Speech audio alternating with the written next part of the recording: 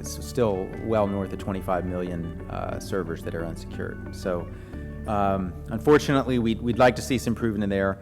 We are seeing a drop in percentage of respondents with dedicated security staff for that.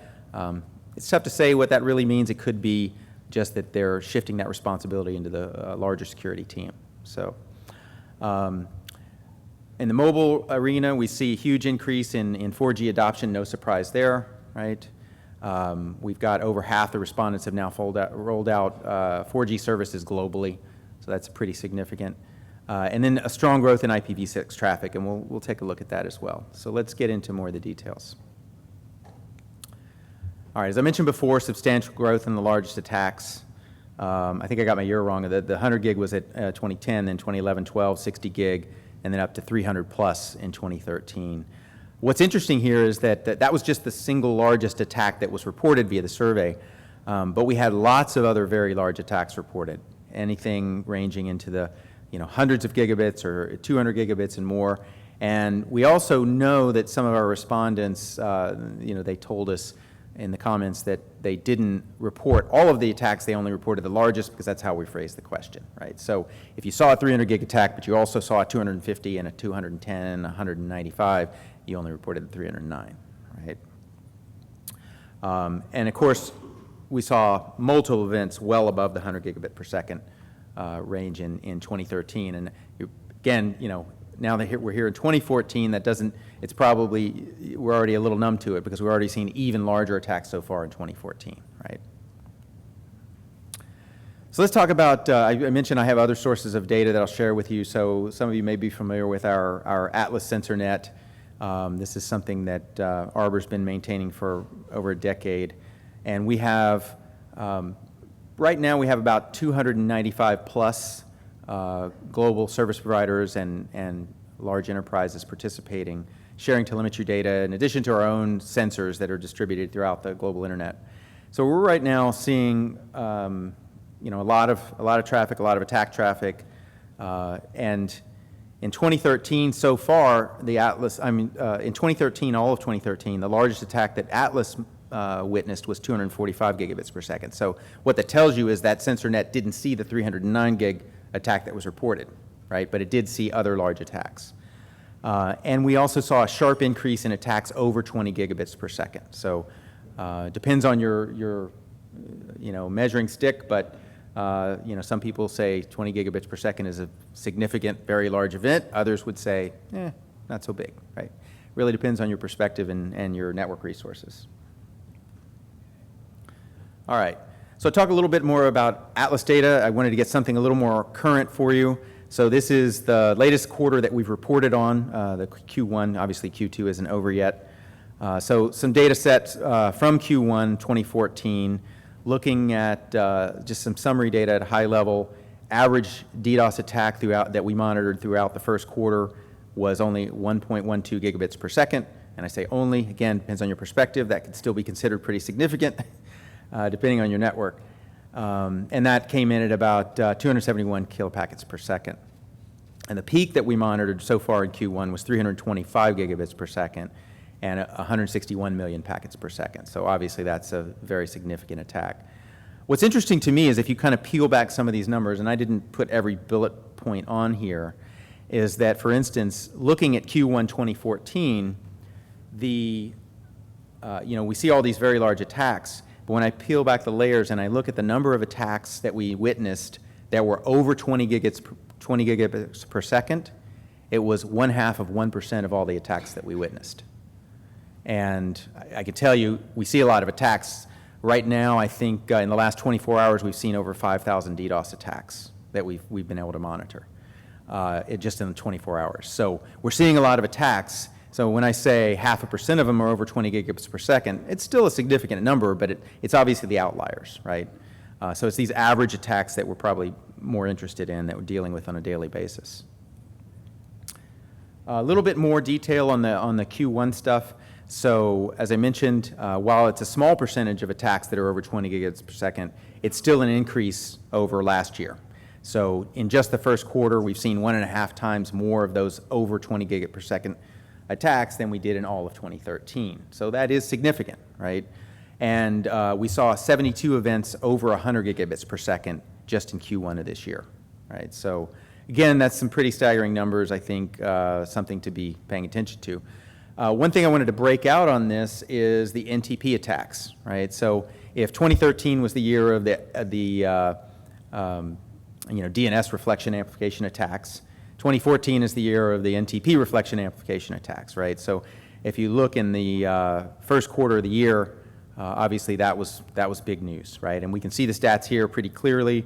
When we look at all these large-scale attacks, 85% of the attacks that were over 100 gigabits per second were NTP reflection amplification attacks, right? And those, the average event size of the large attacks was a little over 20 gigabits per second. So clearly, that first quarter large-scale volumetric attacks were driven by NTP reflection amplification, not just the event that Cloudflare reported early in the year, but also obviously copycats following on, using that example and taking advantage of that exploit. All right. So again, a little bit more data on that. If we look back historically at the traffic that we've monitored, looking at the end of 2013, November, early December timeframe, we saw average NTP traffic that we monitored globally was just a little over, about almost 1.3 gigabits per second, right? That's all NTP traffic that we monitor. And then by February, we were averaging over 350 gigs of monitored NTP traffic. Well, obviously that's not time sync traffic, right? That is attack traffic, that is DDoS traffic. And you can see here in the graph, I mean, I don't know how well it shows from a distance, but you can see spikes well up above 700 gigabits per second of attack traffic, right? So clearly, we've got a baseline average of a little over a gigabit per second, and then these massive spikes through the early part of in the first quarter. Now, by March, we started to see that leveling off, but still significantly above 2013 levels, or that sort of baseline of about a gigabit plus per second. All right, so let's switch gears a little bit and talk about attack targets. So this is obviously something we're keenly interested in. We ask survey respondents every year to tell us who are the targets, the attacks they see traversing their networks, or the attacks they have to defend against. So not surprisingly, we see that the customers are the most common targets. And really that's network operators from their perspective saying, it's not me that's getting attacked, it's my end customers that are getting attacked. That's the most common target. But we did see a big boost in network infrastructure targets, as I said in that intro. And that's clearly because of the nature of all these large volumetric attacks, right? There probably aren't a whole lot of customers out there that have 300 gigabit connections to the internet, right? So it's hitting the service provider's infrastructure. No surprise there, right?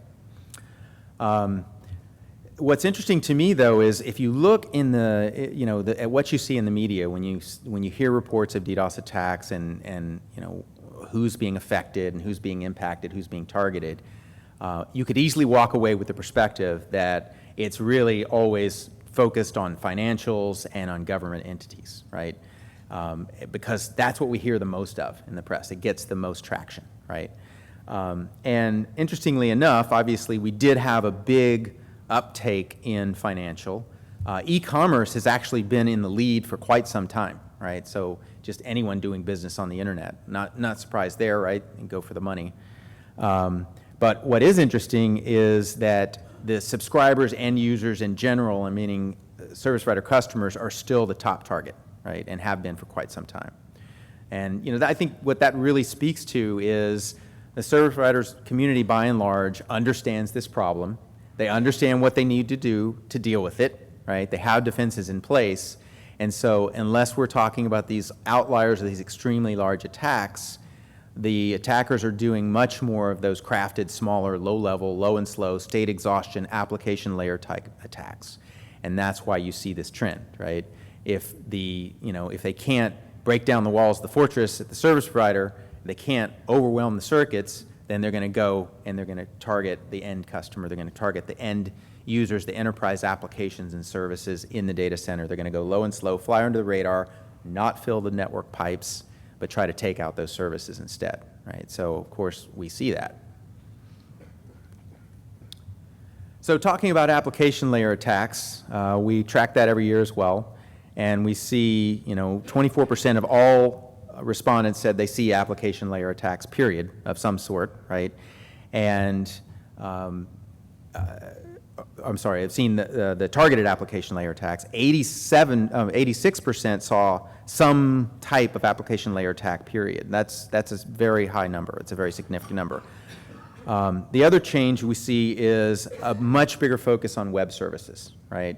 So we see a huge proportion of attacks against HTTP, against encrypted HTTP, SSL attacks, right? Huge rise. If you look at that for the last 3 years running, we've gone from, 25% to 37% to 54% seeing encrypted attacks in the web services, right? No real surprise there either, but obviously something we want to pay attention to. As more and more applications and services move to the web, as more and more application and services are being encrypted, the attackers are going to go to the same place, right?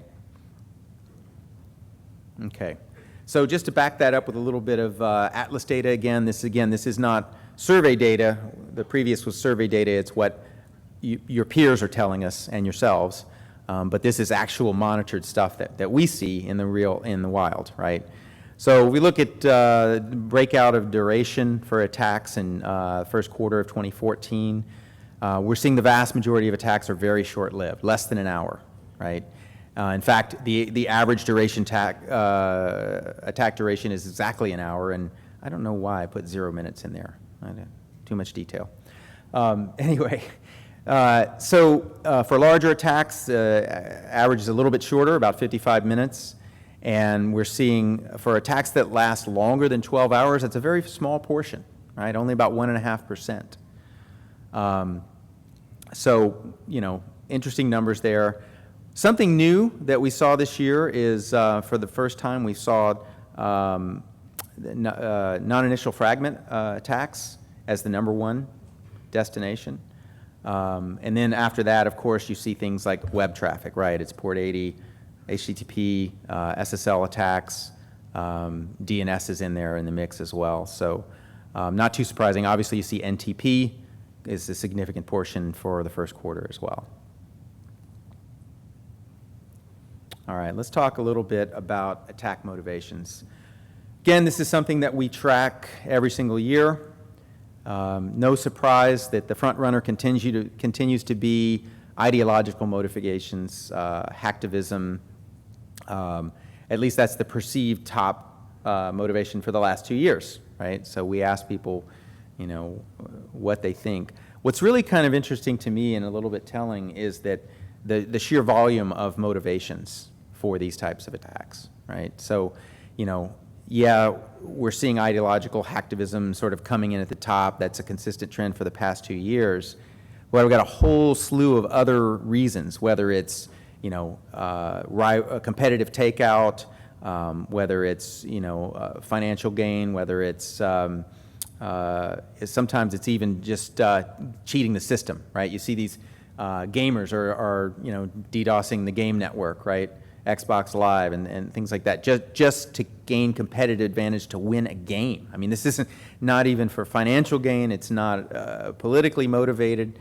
It's such a base motivation. It's kind of, I think, a little bit telling that people would go to that lengths just to win an online game. I guess it shows you how into it they are, right?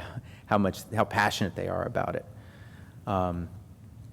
And then we still see, a significant number of attacks are being used as a distraction, right? So that's an interesting trend. We talk about advanced persistent threat campaigns. Those have been around for a long time and continue to be an issue, right? But more and more we're seeing examples where the APT campaign may have been going on for a year, right? I mean, they've infiltrated the network a long time ago. The malware has spread. Right? It's hiding, it's laying low, it's propagating throughout the network. They're setting up, they're staging for exfiltration. They're slowly siphoning data off, right, to some internal server where they can stage it and then exfiltrate to an external server and get away with the goods, right? And then what we see is when it's time for that exfiltration stage, when it's time to get the payday, that's when the DDoS attack comes in, right? So they're using it, obviously, as a smokescreen, as a cover, right? So everybody's busy defending that massive volumetric attack that's like kind of like a natural disaster, right? And in that confusion and in that you know, massive effort that has to take place to deal with it, that's when they exfiltrate. And in some cases, it can be very effective distraction, so that, you know, until the dust settles, then you go back and you realize, uh-oh, something happened, right? So obviously that's when the forensic tools are going to become really important to go figure out what happened. But we're definitely seeing a trend in that, and that is continuing. All right, so threats and concerns. We asked this about you know, threats on your existing network and then concerns over the next 12 months. So I mentioned, you know, we look a year back and a year forward. This has been consistent for at least 3 years running. DDoS attacks are a top concern or experienced threat, both, you know, looking back a year and looking forward a year. What's interesting, and this is a new statistic for this year, the #2 spot for outages, the cause of outages, was misconfiguration or failure. So I think that's one that often gets overlooked, right? You know, everybody's focused on what is the security threat, what is the new malware, what is the new attack vector that's coming at me, you know, am I prepared for that? Is my vendor prepared, you know, are my vendors prepared for that? Are they, you know, keeping up with the bad guys?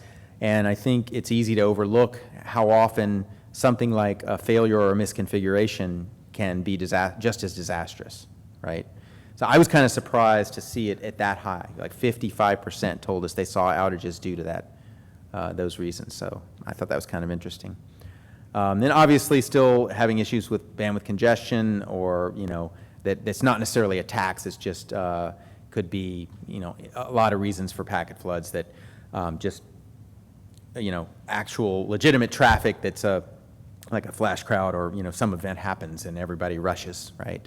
And then, you know, bandwidth congestion is a much bigger concern this year. I think, you know, with the proliferation of video and streaming services and other things, we're chewing up a lot more bandwidth. Our end users are chewing up a lot more bandwidth. So I think, you know, obviously it's a constant concern, but it's up about 2x from last year. And then, of course, the going forward, that concern about misconfiguration or failure is ranking 4th. So it's interesting that the outages due to misconfiguration and failure went up to the #2 spot, but the concern about it looking forward stayed at #4. So I'm not sure what that tells us. I think maybe it tells us we're just a little too optimistic about the failures and the misconfigurations. But it'll be interesting to see where we land on that next year. All right, mentioned DDoS being a top priority. Obviously, we ask, what are your customers asking you? You know, you see demand for DDoS detection and mitigation services? How is that demand tracking with your customer base? Are you seeing more demand, less demand? And so 62% of respondents this year told us they were seeing increased demand for mitigation and detection of DDoS services from their providers, and about 35% seeing the same as in previous years. So basically, only 3% said the demand went down, so it's probably statistically insignificant, I would say. All right, so we also ask operators what they see on their corporate networks, threats and concerns about things they see on their corporate networks. Top threats this year, as last year, botted and compromised hosts, right? The bad stuff that gets through that you're not able to stop, that you find after the fact. That's obviously a serious concern. It took the top spot.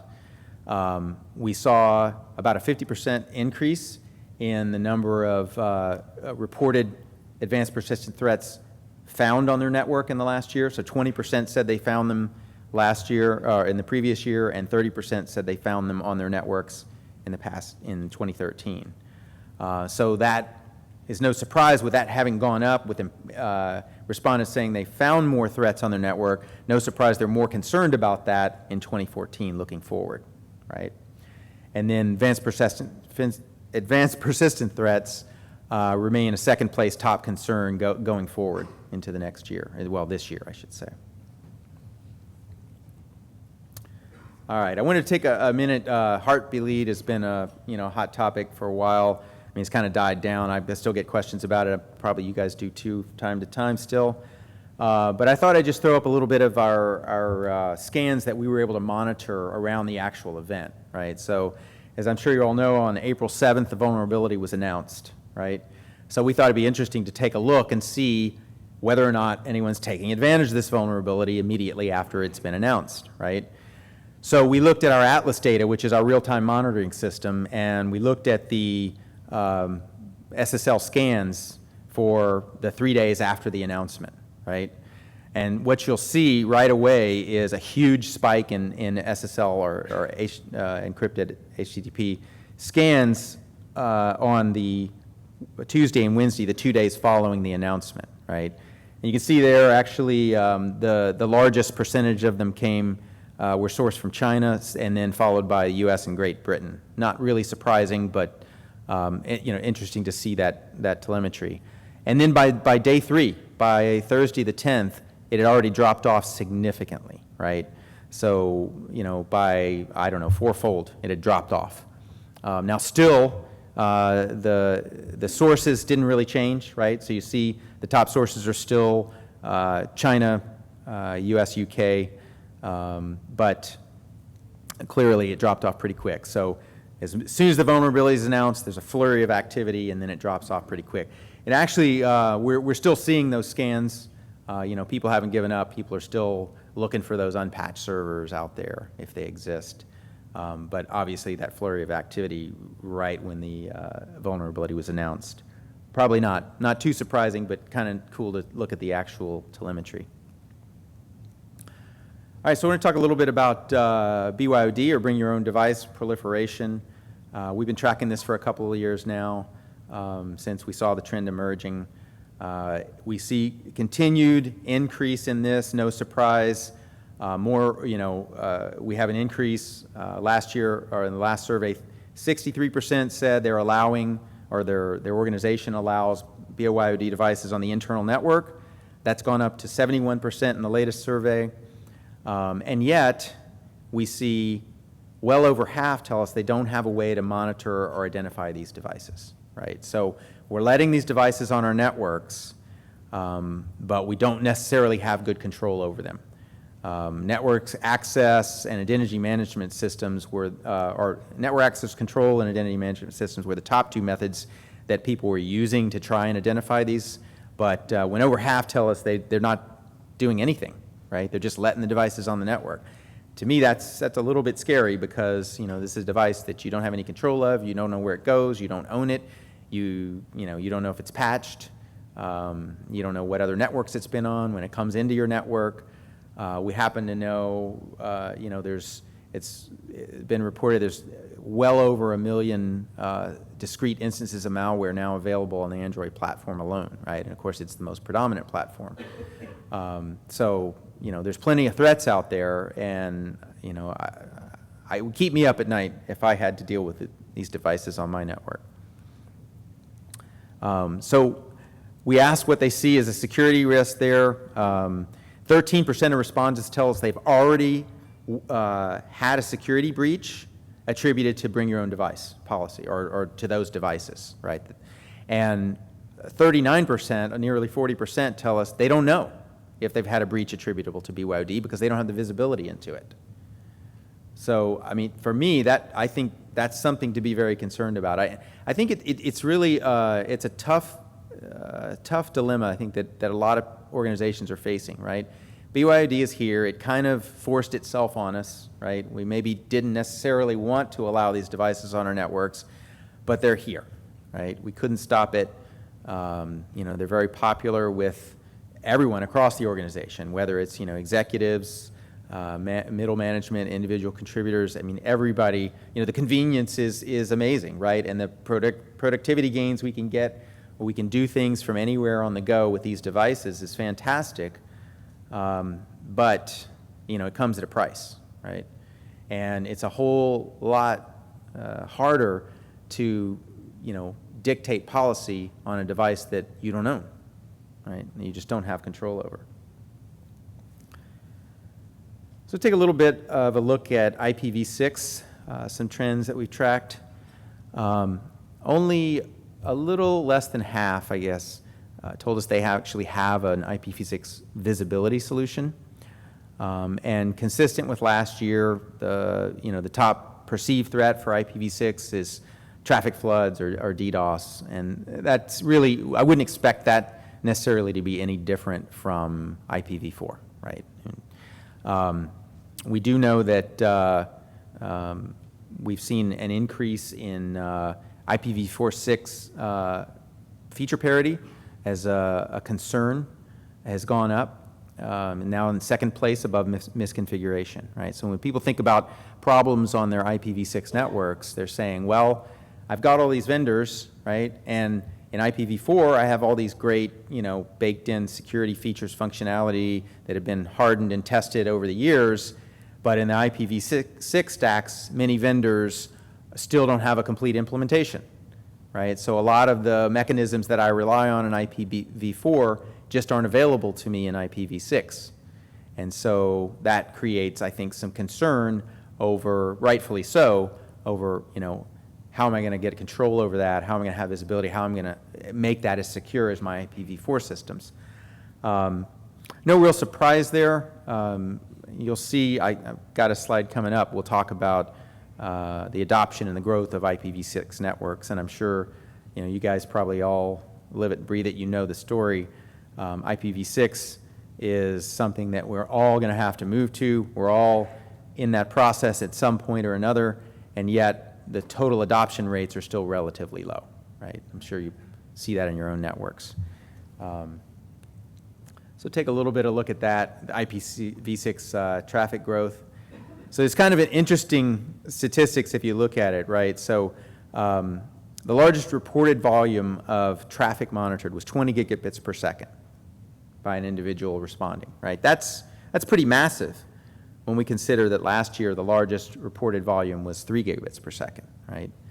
And when we look at our Atlas data, so not what our survey respondents say, but what we actually monitor, we've seen a tenfold increase in total IPv6 traffic, right? So that's 445 gigabits per second of IPv6 traffic that we monitor in total, versus about 4.5 gigabits per second in the previous year. So that's a big increase, but then when you think about it, when you look at total internet volume, 450 gigabits per second is really not all that much, is it? So, obviously we got some growth. You can see a nice trend there, trend line in the graph. It sat pretty flat for a long time. It has definitely been ramping up in the last year. So it's a good trend, but still quite a ways to go. All right, let's talk quickly about data center. We always ask about data center impact. We have a lot of data center operators. About 86% of our respondents this year operate data centers. So we think that's a really good sample size. 3/4 of those that operate data centers reported seeing DDoS attacks. Only 45% reported seeing them last year. So that's a pretty significant increase. What's some interesting things to pull out of that for me are over a third said they saw attacks that exceeded the total internet bandwidth to the data center. That's more than twice as many as responded last year to that question. So that's a significant event, right? We asked them, of those that see the DDoS attacks, so right, 3/4 see DDoS attacks in their data centers. If you see them, how many do you see? Do you see, 10 or more per month? Do you see 100 or more per month? And it's interesting. So 10% saw over 100 attacks per month in their data center, over 100 DDoS incidents in their data center. So that's pretty frequent, clearly more than a couple a day, right? 81% told us they had operational expenses as a business impact of a DDoS attack in the data center. 35% told us they had customer churn due to DDoS attacks in the data center, and nearly a third, 27%, said they had revenue loss. So not only do we know this is happening frequently in the data center, we know it's having a real financial impact on those operators. So we asked about, okay, you're seeing this, what are you doing, right? Well, this is where the news gets a little bit better. So 83% tell us they have good visibility up to layer 4. but only 23% up to layer 7, right? So that's progress. It's good progress over last year. We see an overall increase in all types of security mechanisms deployed within the data center. We do see that there's still a pretty heavy reliance on firewalls, IDS, IPS, which wouldn't be our first choice for DDoS mitigation, but there are some capabilities there depending on the vendor and the product, but certainly not your go-to solution for dealing with DDoS. We did see another increase, which was interesting. About 40% tell us they now offer a DDoS mitigation service within their data center, and 32%, an additional 32%, plan to in the future, like in the next year or so. So that's pretty good. That means within a year we should hopefully be looking at about nearly 3/4 offering DDoS mitigation services in the data center. And that runs the gamut. Some are offering it as a service for extra revenue. Some are offering it as a differentiator baked into the service, and you guys know where you are on that. All right, look quick at DNS visibility. So 85% of our respondents operate DNS services on their networks. So again, pretty good sample size here. Mentioned this in the highlights at the beginning. 26%, so a little over a quarter, have no security group with formal responsibility for DNS security. That's a little bit of a scary number. I mean, what I'm hoping is that if you read between the lines, they're saying, well, we've just assigned that to the larger security group, so it's not explicitly defined. They just have to do everything, and it's presumed that it's within that, right? Somebody's doing something. Visibility at layer 3 and 4 is about the same for DNS services, but we did see an improvement in layer 7 visibility. So that's a trend we like to see. Improvements are good. And then we ask about DNS security. Again, over a third told us they experienced customer impacting DDoS attacks or events against their DNS infrastructure. That's a 10% increase over the previous year. We saw 35% attacks against authoritative servers, 23% against recursive. 20% told us they still don't restrict recursive lookups, and that's a 3-year running trend. So we really like to get those servers secured and locked down. And then we ask about DNSSEC, and the reason we ask about that, as I'm sure you're aware if you work with it, there's just such a huge ability for that reflection amplification attack when you include the very large keys in DNSSEC that you wouldn't have with just straight up DNS. The amplification rate goes up quite a bit on that reflection amplification attack. So 26%, a little over a quarter, said they have concerns about that aspect of DNSSEC. I mean, it's a solution that obviously is intended to secure DNS, but then can be exploited for an amplification reflection attack, and therefore while it's solving some problems, it's creating a new one, and hence we have a wonderful comment from one of our survey respondents that said, new and exciting ways for critical infrastructure services to break. Awesome. All right. Next, I want to look at mobile networks. We've been tracking this trend for a few years as well. 42% of operators of our respondents operate mobile networks, up from only 32% last year, so we're getting better sample size there. 60% of those that responded have over 1 million subscribers. We're seeing very clear trend, rapid growth in LTE services. Over half globally have already deployed LTE, with another 14% planning services in 2014.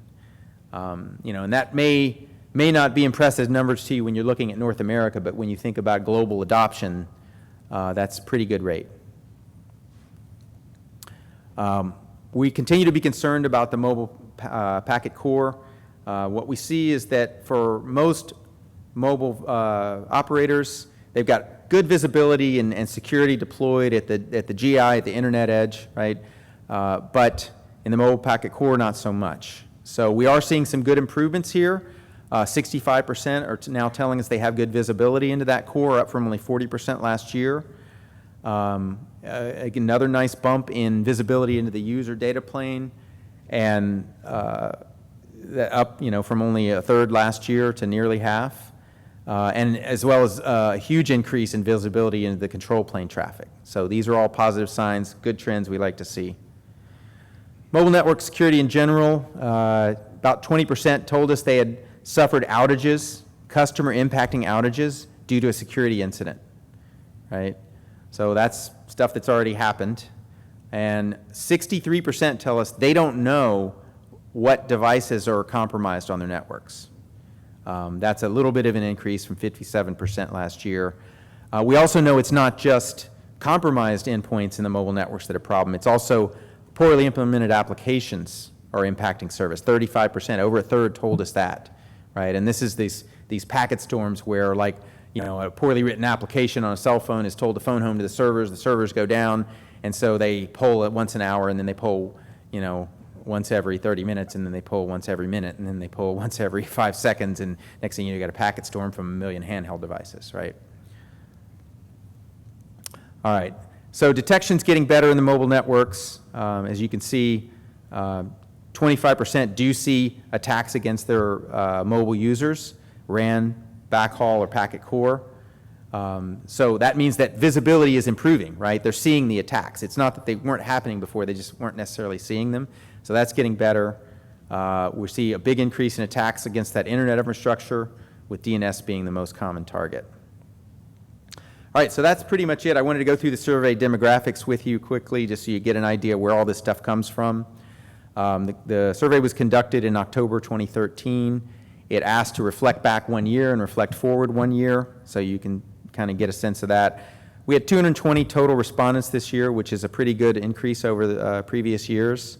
About 70%, a little over 70% of those respondents were service providers. Looking at the survey demographics from a geographic perspective, 38% of our respondents were in Europe. You can see 27% US and Canada, 18% Asia Pac, Latin America, Middle East, pretty close at 8 and 9%. I guess what that tells me is that Europeans like taking surveys. I don't know. More so than North Americans, apparently. What do those respondents do? So 58% are network or security or operations engineers. So, that's the people on the front lines. And then about slightly over a third were management or executives. So you get an idea of the perspective of the people that are responding. I think it's a pretty good cross-section. Then lastly, looking at the demographics, most of our respondents offer multiple services, right? So we ask about a bunch of categories. If you've ever taken this survey, if you offer all these services, we understand it can be a little bit challenging. There's a lot of questions. Just so you know, we've actually trimmed it quite a bit. We dropped down from like 180 questions to about 120 in the last survey, and we're trying to keep it concise. There's just a lot of stuff we want to know about. So internet access and hosting co-location service were certainly the most common. Over half of our respondents offer cloud services and DNS services, but the clear trend is that most of you are offering more and more services, right? And so you've got more and more things you got to deal with, more and more things on your plate. So it's a big job. And then lastly, just taking a look at the Atlas demographics. I mentioned that before. That's our real-time sensor net. That operates, as I mentioned, it's actually about a little over 290 participants now. You can see the mix. We've got Europe, Asia, South America, North America. It's a pretty good spread, so we're seeing stuff around the globe. We're currently tracking a peak of a little over 80 terabits per second of real-time telemetry. So that's a pretty good view of what's happening on the internet. It's obviously not everything, but it's a significant percentage. So we think that gives us a pretty good view of what's happening out there. So that's it. I just want to say thank you for everyone for coming today. Appreciate your time. If there's any questions, I got a little bit of time left. Questions? Hi, you mentioned in the beginning... Self-identify, please. My name is Bill Norton. You mentioned in the beginning of the presentation 700 gigabits per second. Was that an aggregate number across all the different attacks?